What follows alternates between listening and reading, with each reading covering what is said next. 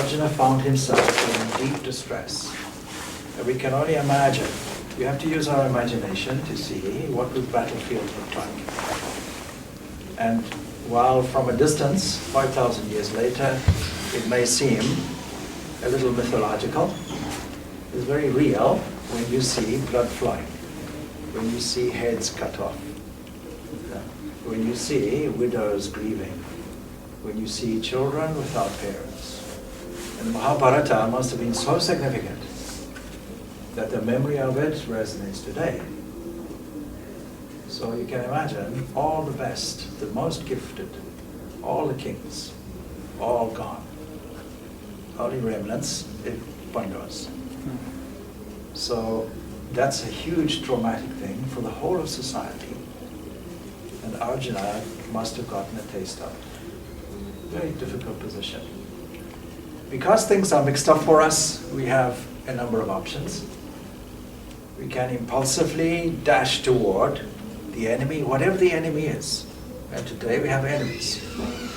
It's not just the terrorists and so on that are enemies, nor is it something that is like an intangible thing like a recession or a housing shortage or any of these things. But there are, of course, other enemies, and the enemies primarily are within us.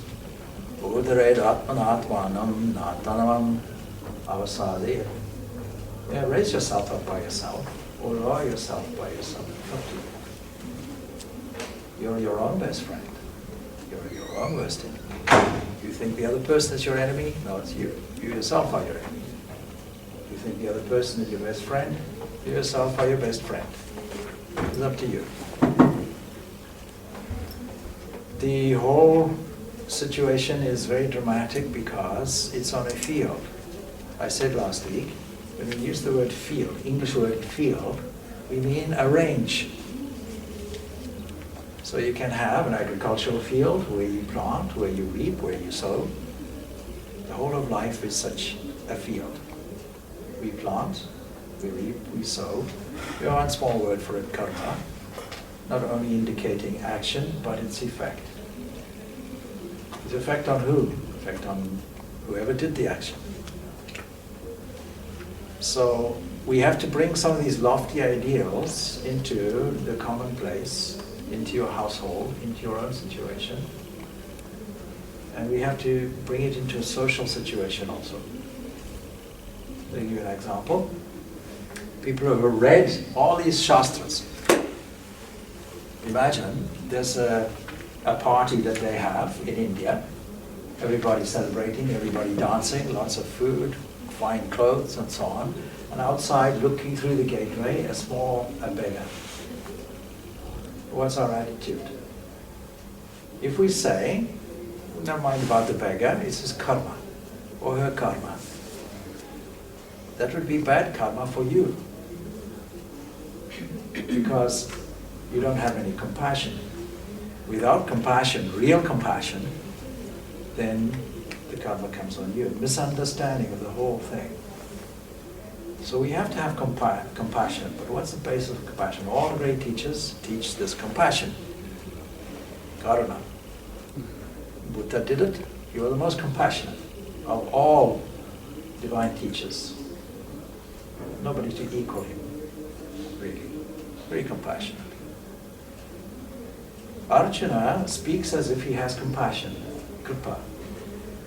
But it's a false compassion. It's no compassion at all. So his understanding is, I won't force it, I won't be an aggressor here, what I'll do is I'll go away. In other words, what he's saying to all of us, here's how we deal with life's problems. If you want spiritual equanimity, that's how it is, you know. A thinking man or thinking woman will say, if I want peace, then I have to resort to something innermost, something special, not the outermost thing. I have to resort to spirituality, religion, whatever it is. And therefore, his recipe is, I'll be a beggar. The misunderstanding. Even a monk is not a beggar. Very clear rules. I'm a monk. It will not be in my interest to beg. I'll have sufficiently something valuable to give and to say, and people will contribute. And that's how it works. But begging, no, I'll never beg. So he has this idea, I'll go off into a cave, forest, a romantic idea, get away from the situation. That's how I'll deal with it. And that's much better. That's his position. His position comes from a point of confusion. So the last stanza in the first chapter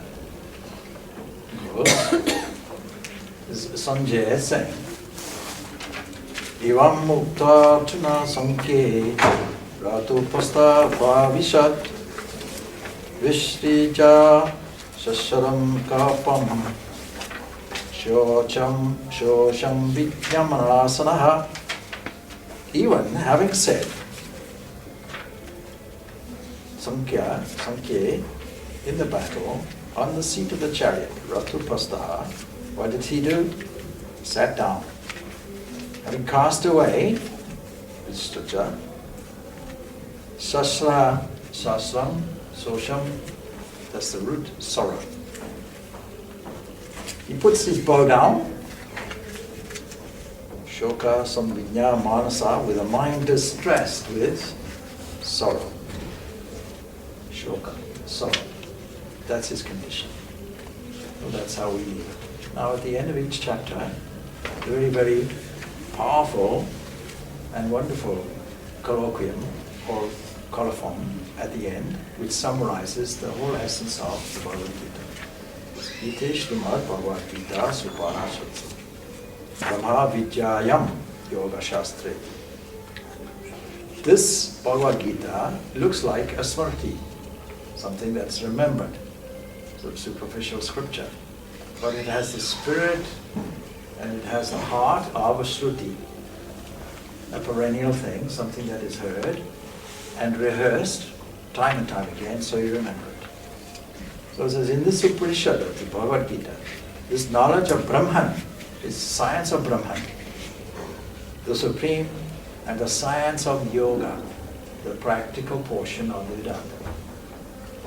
So, in this dialogue and so on. So every chapter finishes off with that important understanding.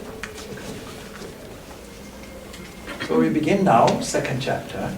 To chapter 2, can I ask you something? Chapter Oh yes, yes, yes, yes. Doubt on. Okay. Just as, Krishna is talking about this sense of duty to Arjuna, right? So, but Arjuna could actually say, my duty is to be a warrior, but I also have a duty towards my family or my friends or my teachers, whatever. So what is the difference between, the duty to... There's no difference. No difference. His duty, by being a soldier, by being a professional soldier, dedicated toward social adjustment and the social good, welfare of all beings. See, in those days, if you were a king and you didn't look after your subjects, somebody would come and challenge you. That's how it worked. So he's adjusting what we call dharma, means harmony. The power to change a situation into harmony. That's the meaning of dharma. But he has swadharma. That means he has something he alone can do, nobody else can do. We all have it. So it's by following your swadharma, that's the point. So he's not saying we should all be military people. Saying if you're a housewife, be a housewife. That's the whole thing about the Gita. It's take it away from the forest. Take it away from the cave. Take it away from the monastery, nunnery. And put it into your life. So that if you're a housewife, you'll be a better housewife. If you're a student, you'll be a better student. If you're a grocer, you'll be a better grocer.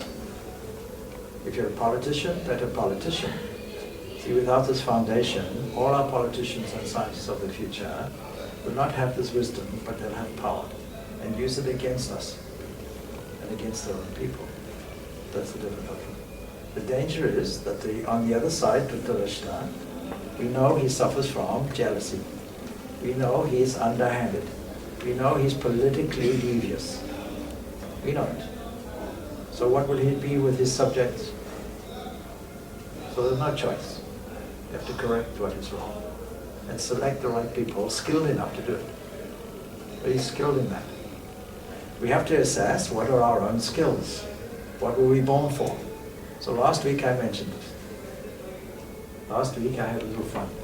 I said, please put your hands out. I asked, has everybody here got fingerprints? Fortunately, everybody said, yes, we have. Brilliant. You see, that's something that indicates something that is individual and special to you. Nobody else has those fingerprints. Nobody else can do what you can do. Nobody else is constructed as you're constructed. With all your skills and talents, inherited and developed, you have the ability to transform your environment and those of others and fit in, like a jigsaw puzzle piece fitting into a jigsaw. Social harmony takes place when no one is antisocial. So everybody has to fit in and use their talents. The same as building a building. Not everybody, if we all get together and say, we'll build a building, we'll build that temple in Tala. Yeah. I say, right, who will do the architecture? All of you put your hands up. There's no use to me. I only want some of you to be architects. I only want some of you to be builders. I want somebody to be quantity surveyors. I want somebody to provide the finance. Somebody to do the gardening, expert in that. Somebody to do the roofing, somebody to do plumbing, internal decorating and so on. All of that is necessary. So the talents are communal. It's designed like that. How beautiful. Like we're all different rainbow colors. We shouldn't insist we should be the same one. There's a great difficulty today. See? And later on here, in this second chapter, you'll find there are some very significant statements. One of which is, you see, this is the only system where if you have a scripture, you say, here's our goal, to overthrow, have a military coup against the scripture. The scripture has a limited value. Like a ladder, the first rung has a limited value, it gets to the second stage. When you're on the roof, you don't need the ladder. Yeah. So that's the point. Every other scripture says it's essential. Scripture is everything.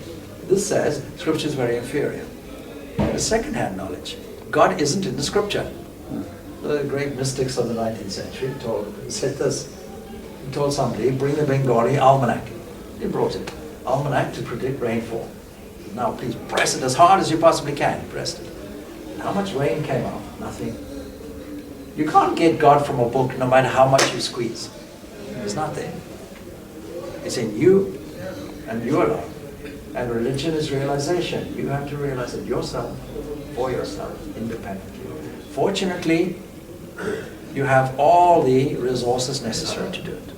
And when there's an intention to change your life, a sankalpa, to change your life, or to go in a more direct way, a less confused direction, we undo all that confusion that Arjuna represents, then an opening takes place like a flower. The growth is already there. Somebody wrote me a letter a few days ago. I didn't see any results, so I've stopped my spiritual practice, or I've stopped spirituality, something along those lines. I rephrased it. I said, so you're saying, because you didn't get results, you then decided to drop your spiritual practice, but you see, if you are looking for results, you'll be hugely disappointed. There are no results. A growth is growth. It doesn't have results. You can't say to a flower, in the early morning, sun has risen, thank you very much. Now, Mr. Flower, my expectation of you is to grow 2 inches today. I'll help you, take it by the head, boom, pull it. It doesn't work. Growth comes from inside. The plant knows how to draw nourishment out by itself from the soil and distribute it nicely in its individual way. And we all have that individuality, what Patanjali Yoga Sutras call the root, the mula. We all have that root. It's an unconscious, subconscious root that we have that provides us with a species. So that if I sit here and a goat sits here and we both like bananas, I won't grow horns and he won't grow lecturing ability. But the same diet is there. What's in it? Something different that transforms itself. So that's the point. We have to find out what is our individual purpose in life. And do it as a part of, there's a growth. Something is evolving in me. If it wasn't like that, says the Viveka Shuddhamani of Sankaracharya, you were born with a human body, not a goat's body. That's your advantage. You have an erect spine that is the ability now to think, to speak, communicate. You have a brain that can imagine, will, reason. With all that equipment, you'll evolve. Evolve what? You'll evolve, as it were, your own nature, as it were, because already there. Somebody having tried to succeed a number of times, lead a good life with an expectation of a result, will sooner or later, one day, say, maybe it's not like that. Maybe the totality is sitting here, full and free. Maybe I don't have to get it. Maybe it's already here. I just have to expose it. So we all suffer from that kind of confusion. The beautiful song, the Bengali song, but translated, it's called Manacharu. But oh my mind, wonderful. Oh my mind, let us go home again. Why roam on earth in strangers' guise? The Buddha's the five subtle layers, levels, five subtle wave systems that produce and condense you and me and everything around us, the matras you call it, and creatures that are seen as strangers all, deem none your own. Be love with strangers, O my mind. Why should you thus forget your own? Ascend the path of truth and climb, with love as lamp to light your way. May virtues guarded well supply all needed things while on your route. Delusion waits with greed as aid. Great thieves are they to grab your wealth. They're grabbing your wealth. We don't understand it. We think it'll get our wealth, but it's stripping you of your wealth. And so it goes on like that. So Arjuna's duty is clear. He's a Kshatriya. The greatest honor for Kshatriya. Unasked, a war is there. A righteous war is there. That same war is his opportunity for spiritual growth. So if you're a yoga teacher, that's your opportunity for spiritual growth. If you're a housewife, that's your opportunity for spiritual growth. If you're a lawyer, doctor, grocer, that's your opportunity for spiritual life. If you're a student, that's your opportunity. Whatever you find yourself in, that's your field. Your field of activity in order to develop, evolve. We have a very powerful ego. We deal with this in chapter 2. This ego is part of what we call now the psychosocial evolution. The animals don't have it. It's an important tool that we have. Without that tool, we cannot assert ourselves. We can't imagine, we can't will, we can't reason, we can't get our freedom. And everyone is yearning, and everything is yearning for freedom. Everyone and everything is yearning to be loved, means undivided, to be one. Everybody is yearning to be stable, unchanging, because that's our true nature. And we have this ego, which is wonderful, but we have to transcend it. That's all. If it wasn't for that ego, how is it that a child like this can sit on a buffalo and command it? How is it that a child so small can sit on an elephant? One movement of its foot will crush it. It's only that ego, I can command you. And if you doubt that it's there, say there's a wonderful book there, written by Julian Huxley and various other people, G. Wells and H.G. Wells. It's like, if you doubt this principle, then imagine if you didn't have it and a tiger had it. We wouldn't be here to discuss the question. So, that's the nature. So chapter 2, as an overview, tells us a few things.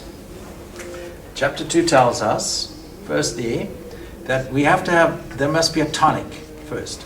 We have to have a tonic to calm us. to give us some strength, to revive us. Chapter 2, Krishna is very skilled at doing it. Then the second thing we have to understand a very important principle. We have to find our own divinity called Atman. We have to know that's our essential nature. Without doing that, we won't get any strength. No remedy. Then we have to find out what is the nature of birth and life and death.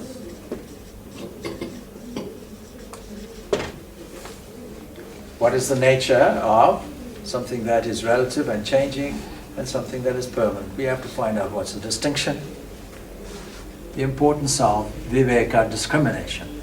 And then from there we have to find out this question of swatalma. What is our duty? This is expanded now in chapter 2. And very, very important. You have to understand. Swadharma. Swatalma, yeah. Then we have to understand this here is all to do with principle. What is called here Sankhya. But it's not the Sankhya as one of the 6 philosophies.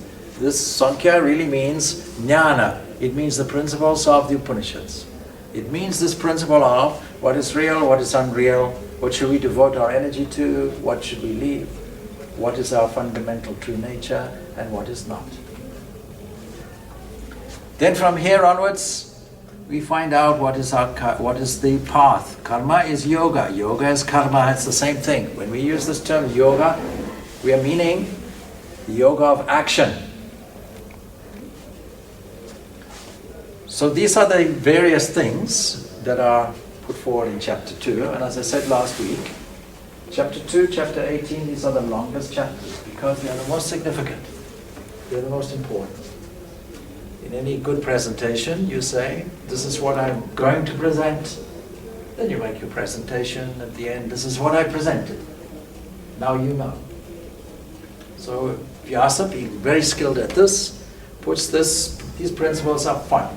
He lays a foundation. Then on that foundation he says, knowing the principles, we now tell you how to implement it in the factory, how to implement it in the home, how to implement it in the office, how to implement it in the classroom. If you didn't have this, it would have no value. Okay. So this is chapter 2, entitled Sankhya Yoga. Now, why is it called Sankhya Yoga? Well, Sankhya Yoga, don't forget, the first chapter is very important because we learn more from pain than from joyful, pleasant experiences. We have to go through that. And there's not one of us here who is not trying to avoid or strive against pain. Isn't it? I never found anybody who said, my goal in life is to be miserable. Everybody wants to be happy. But where will you find this happens? So we're striving toward one against a fear. That's our strategy. If you look at how the personality works, this is what you'll find. And it's very, very subtle because it's personality orientated. Supposing somebody says, I don't like to look foolish. They may not say it, but internally they'll know it. I never like to look foolish. I don't like to be embarrassed. Why? Because I valued me as something that was unique and special, and I was concerned what will other people think. That's my framework. That's my field. So when somebody upsets me and says, I don't like you, then when we wake up in the morning, brush our teeth, internally we'll be saying, I think I'll put poison in their coffee. What right do they have to say this? I'll give them a piece of my mind. All this. When the mind is wandering nicely and brushing your teeth, all of these things come up. A plot. 3 o'clock, by 3 o'clock this afternoon, we'll have to bury them because I poisoned them well, and so on and so forth. What right do they have to say that, and so on and so forth. All rights. It's a beautiful song I once heard by a South African composer. And he tells a story, essentially. It says, you know, when God made man, we'll take it like that for the time being, He gave him this unfortunate thing called free will. And with that free will, man decided, I have rights. I have the right to this, right to that. Now the Bhagavad Gita only mentions one right that you have. Do you know what it is? What's the right that you have? You have no other rights. To be realized. Oh, you already have that right, yes, of course. But it's not a right because it's who you are. So, but you have a right to work. That's all you have a right to. You don't have a right to the fruits. You don't have a right to the results. But we take it a different way. I deserve this. I worked hard, I deserve it. It's mine. That presents us with something of an obstacle. We'll go into that in chapter 2. So, how does chapter 2 begin?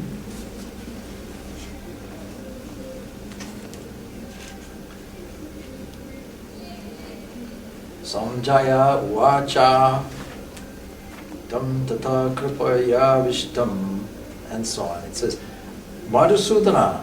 Now, it's a very interesting word, Madhusudana. You have to look at some mythology. You see how beautiful the Gita is presented. Every word is significant. So Krishna is being called Madhusudana.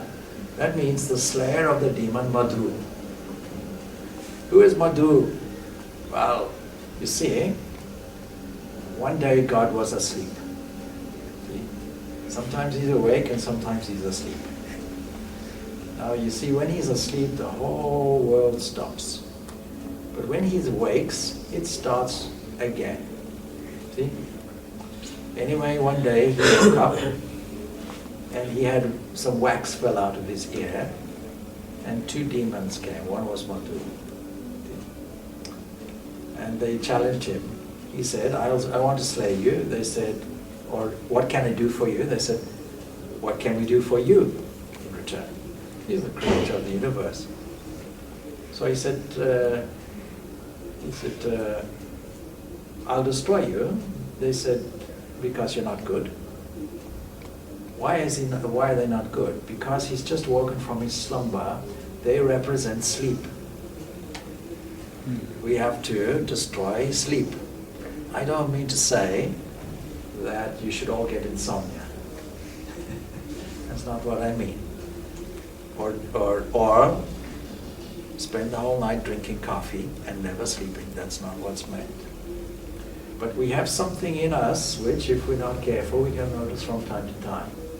Maybe we wake up in the morning and the blanket was warm and outside was cold and the bed was comfortable. You see, you know the maximum sleep, isn't it?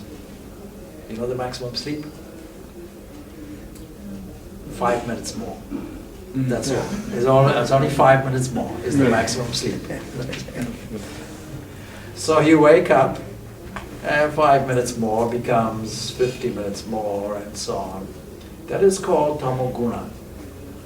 A kind of dullness sets in. It's not rational. It's not active. But it makes the mind lazy.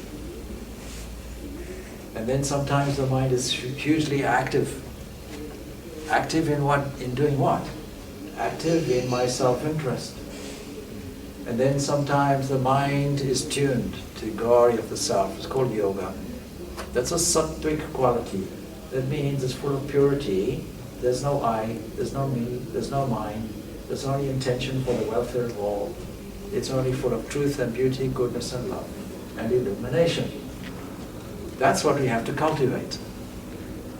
Not squash the others. The technique is cultivate that. By cultivate that, in that, all the others disappear. They sulk and go off. See?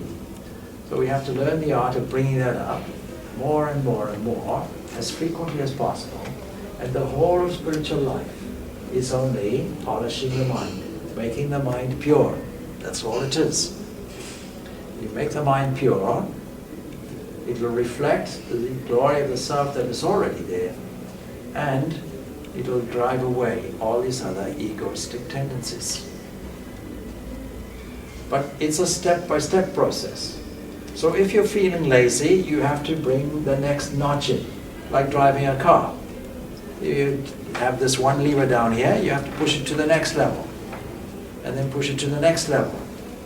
So activity is much better than inactivity. Even activity for results is much better. So the whole world, modern world, is obsessed. Set goals, set goals, set goals. This process of yoga says, once you've set the goal, leave it there and concentrate on the journey. Concentrate on the activity. Make it activity-centered, not the result-centered. That's the difference. And we'll see it later. Anyway, Madhusudana, as I was saying, that demon challenged Brahma, the creator, and said, you see, you have a towel on your lap. See? You can destroy me with your leg. See, once you put that towel up, the towel is here, once you put it up, they thought Brahma will never compromise his dignity. But he did it. And of course, what he was doing is he was uncovering the sky, is actually what it is.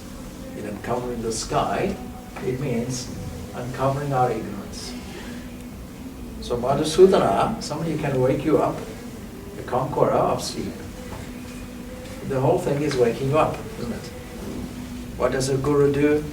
He just says, come on my child, I see God in you, wake up. That's all. Not creating followers. Somebody frequently asks me, oh Swamiji, how many disciples do you have? I said, I don't know, I don't collect them. I don't understand. Surely all your Swamis create disciples. No. Supposing I go on a pilgrimage and visit 12 temples or 12 churches and 12 mosques, that's 36 places. And each one I see God in them. Then I come back. You don't ask me, did you collect 36 disciples? No. When somebody sees God in you, you don't say, that's my disciple. You say, that's the temple and God sits there. Wake up.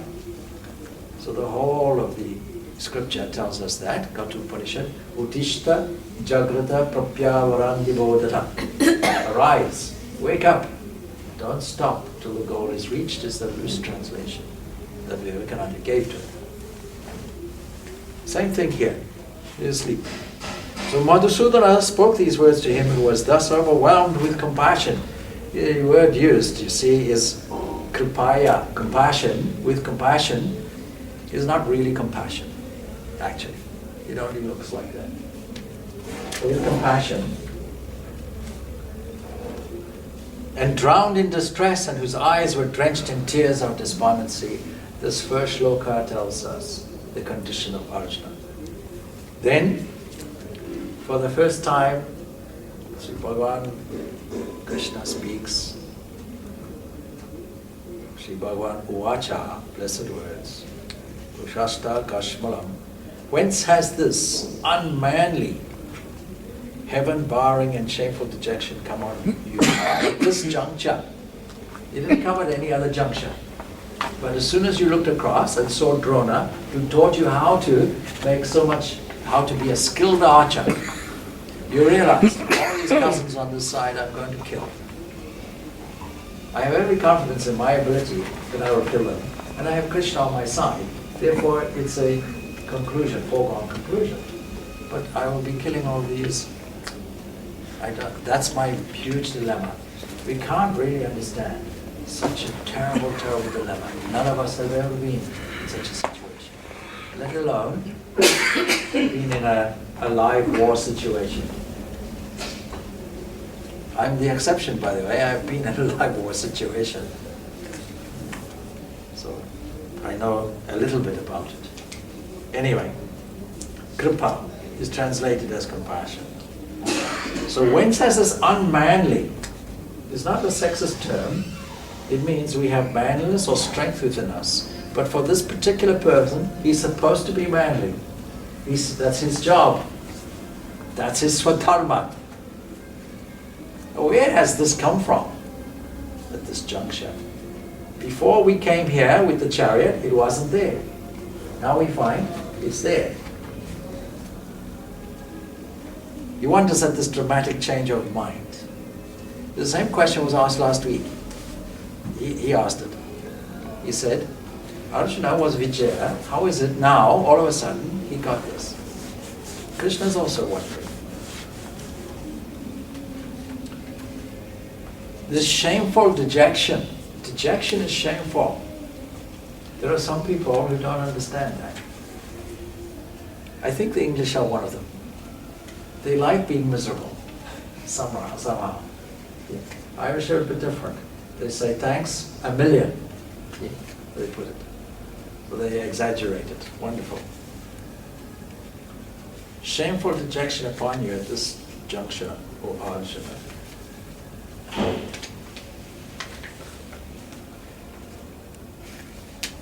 Why is it shameful? It's shameful because it bars the way to a higher state of mind and to its fruits.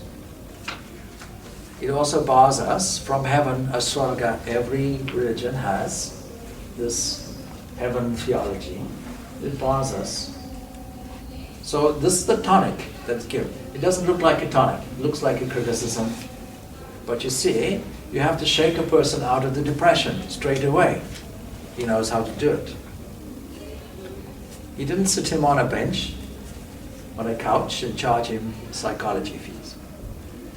Then he says, the most outstanding, these two shlokas are seen to be the whole essence of the Gita. So very simple. Klabhyam masma gama partha aitat dvavyupapadyati kshudram hridaya dalpalyam jabdo tishta parantapa. Yield not to unmanliness. Yield not to this cowardice. And then, it does not befit you. What a wonderful statement. It's a statement we can apply, I said this last week, to every child, to every person who is behaving not quite as they should. The child misbehaves, you say, come on, this does not befit you. You're better than that. Somebody cheats you, this doesn't befit you. Somebody lies to you, my friend, this doesn't befit you. You're much better than that. Bring a person up. And then you see, what does he say? Parantapa, he calls him. See, beautiful. Not only does he raise him up, take him out of this unmanliness, but he tells him, wake up, O vanquisher, scorcher of foes, Parantapa. Oh, thank you. Scorcher of foes. He gives him a compliment. Not only do I encourage you to come out of this state, but I'm also telling you, you have the potential to scorch any foe, and that's the same for all of us. No matter what condition we find ourselves, we have the ability to overcome any obstacle. Just we learn how to take a transformational position. What does that mean? I'll give you a small story. Supposing, since I have a small story, I have to begin once upon a time, I suppose. Once upon a time, there was a farmer, and he had to get water from his field. He had to go through his neighbor's land. See? So what he did was, he took his empty bucket every day, went through his neighbor's land to the river, and his neighbor had a funny sense of humor. He said, I'll permit you through my land. The only thing is, I'll ambush you, just for sheer fun. And I'll ambush you with a bucket of cow dung, and you won't know where it's coming from. So one day I'll hide behind a rock, throw it. Next day I'll find another place, climb up a tree, wait for you. As I see you coming, throw it. Like that. Every day you found a new position. So after a year, there was a knock on the neighbor's door. There was the farmer, and the farmer had a bunch of rose flowers, beautiful, beautiful rose flowers, red in color, fragrant. The neighbor was a bit suspicious. Can I help you? He says, yes. He said, you see, this last whole year, you threw cow dung at me. I managed to collect all that and plant rose flowers with it. And you see, now I'm into the export business. So here I'm giving you these flowers on one condition. And the neighbor thought, okay, what is that? Yes, this coming year, would you double your quota, please? Double your quota. Yeah. So we have to learn the art of taking all the so-called painful, difficult, unpleasant, negative things that we find. Learning the art that the rose flower itself uses. You know, a rose flower can, even a tomato plant, will grow on a compost heap. It knows how to take the things that we throw away, how to take the nutrients from that. It knows how to select, how to use, how to reject, and how to make something beautiful. So we also need to use that. The whole of life is not against you. It's there for your growth. It's there to take that and transform it. And no other creature has that transformational ability. Only man has it. Only man can change their own reality. No other species can do it. So you have to take that opportunity. It's no good saying, never mind, I'll leave it a while because I have the next life. We don't know what will be the next life. I said last week, I probably have a suspicion I'll be a crocodile in my next life because I like pulling people's legs. But we don't know when it will end and we don't know what we will be. We can't rely on it. You have all the equipment now. Like having the latest car, you have all the equipment now. Even with one wheel gone or something in your leg, still you have the capacity to reach your destination, as it were. So this is petty faint-heartedness. You think it's huge, but it's actually petty faint-heartedness. So get up, don't be weak-minded. See, puffed rice, when you soak it in milk, is not really good for anything. You can't achieve anything. But the strong and virile one is heroic. So the puffed rice without the soaking is what you require. Then he goes on to say, and here's Krishna's advice, having given him a tonic.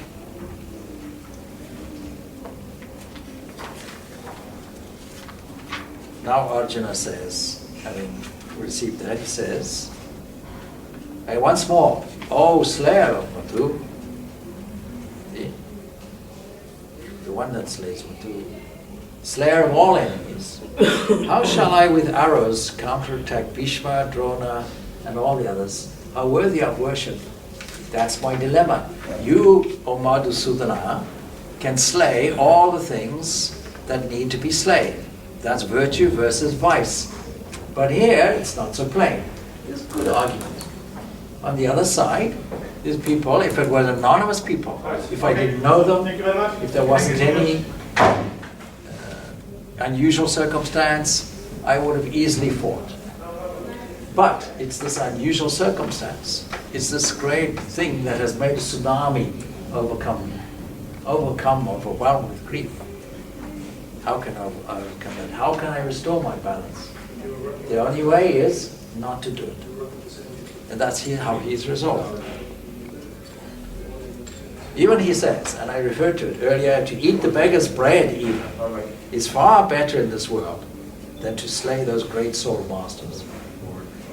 But if I kill them, my enjoyment of wealth and desires in this world itself will be stained with blood, is a reasonable argument. He got a shock earlier because he expected Krishna to agree with him. Yes, this is all noble, ahimsa is very good, but he didn't.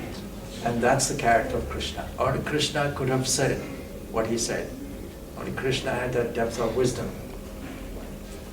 The man is talking like a fool, like a wise man, but acting like a fool is really what it is. Then he goes on, whether we should conquer them or they conquer us. He's now talking more rationally because Krishna gave him a tonic. Just yield not to this unmanliness. So now he's reasoning. We all do that, isn't it? We get the shock and we then justify it. in some way. Give excuses. You can take that. I'm in bed. Things are warm. Blanket is cozy. Somebody says, get up. Meditate, please. You say, 5 more minutes. No, you must get up then. You start justifying. I'm not feeling well today. If you leave me for 5 minutes, it'll be fine. Start rationalizing it. That's what we all do. So he's presenting a feasible argument, what seems to be a feasible argument. So I don't know, conquering us, we conquering them, which is better. These very sons of the Tarashtra stand before us after slaying whom we shouldn't really care to live. Don't you think that's a reasonable position? Then he goes through a spiritual anguish.